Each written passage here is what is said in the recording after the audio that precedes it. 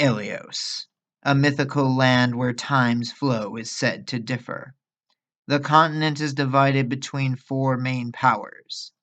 Firene, the land of abundance, blessed with eternal spring. Brodia, the kingdom of might, where autumn reigns year-round. Elusia, the nation of knowledge, which has only ever known perpetual winter. Solm, the queendom of freedom, where the warmth of summer never abates.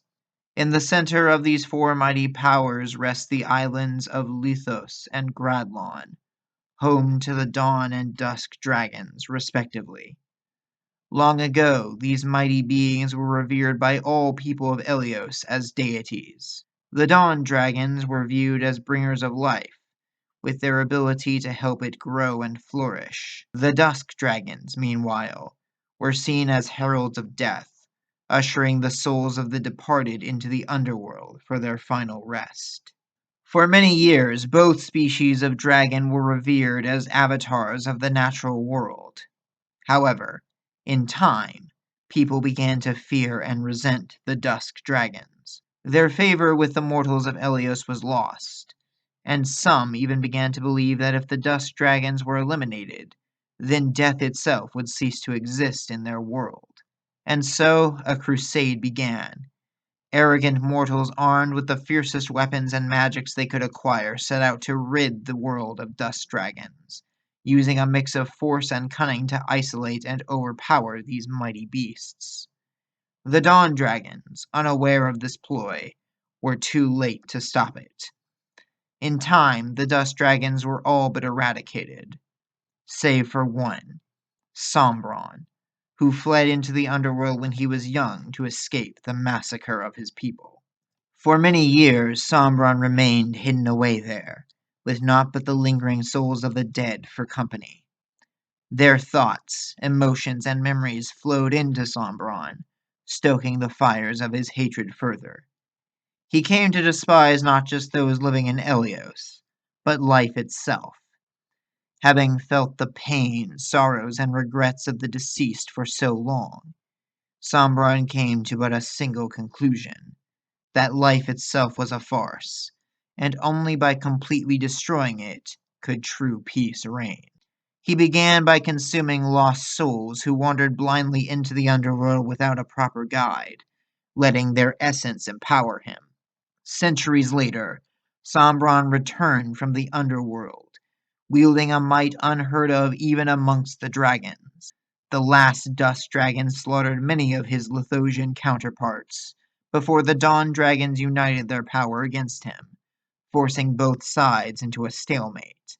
As the people of Elios began to rally once more, this time with the dawn dragons on their side, Sombron realized he would need to even the odds. Thus, the dusk dragon sought out those he might rally to his own cause.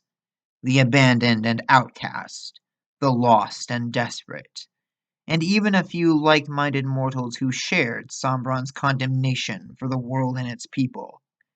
With them, the cult of the Nightbringers was born. Under Sombron's guidance, they began raising corpses with fell magic, which came to be known as the Corrupted. Now, with a faithful army under his command, Sombron was able to begin turning the tides. The war reached another stalemate, but Sombron would not relent.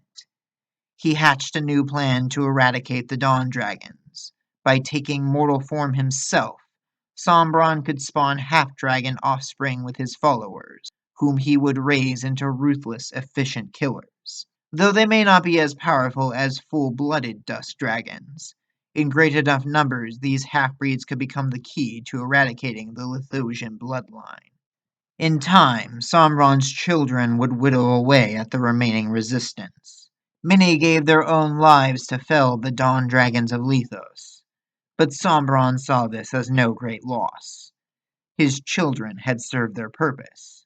In time, only two half-dragons remained, Vale, Sombron's most powerful daughter, and Alir, the runt of the litter. At the same time, the dawn dragons had been all but eradicated, as their queen Lumera became the last survivor of the Lithosian line.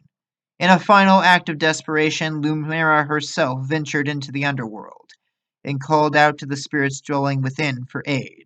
Despite the many despairing and grieving souls flooding the realm, a handful answered Lumera's plea, spirits of noble warriors and heroes from other realms, who were prepared to rise up and fight once more for what they believed was right. Lumera used her power to bind each of these spirits into magical rings, allowing them to share their strength with any who wore them. Thus the emblem rings were born, and a ray of hope shone upon the land steeped in darkness.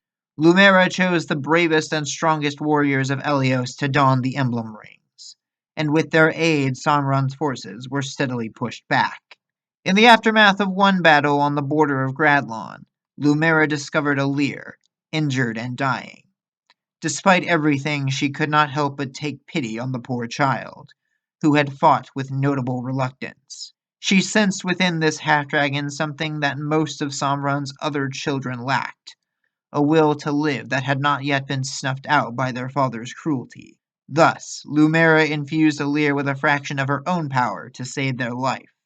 Moved by Lumera's kindness, Alir chose to abandon their father's cause, as well as their dragonstone, and took refuge in Lethos. There they remained for a time, developing a bond with the people while hiding their own draconic lineage.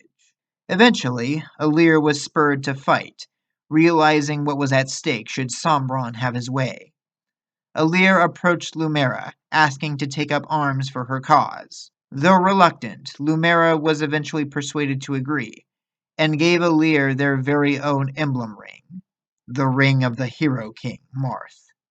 With Marth's spirit at their side, Alir fought back the legions of the corrupted, and the Nightbringer cult alongside the other ring-bearers. Finally, the time came to storm Sombron's castle in Gradlon. Lumera and Alir took the fray together. The former weakened Sombron and forced him into human form, while Alir and Marth charged in to deal the final blow. Alir and Sombron dealt each other grievous wounds. The Dusk Dragon was forced to flee into the darkest depths of the underworld to recover, while Alir was taken from the battlefield and given a place to rest within the holy Somniel. Finally, the fighting ceased, and that fateful battle passed into legend. Lumera claimed Alir as her very own child, hiding their true origins from the world, and assigned generations of stewards to safeguard Alir while they slept.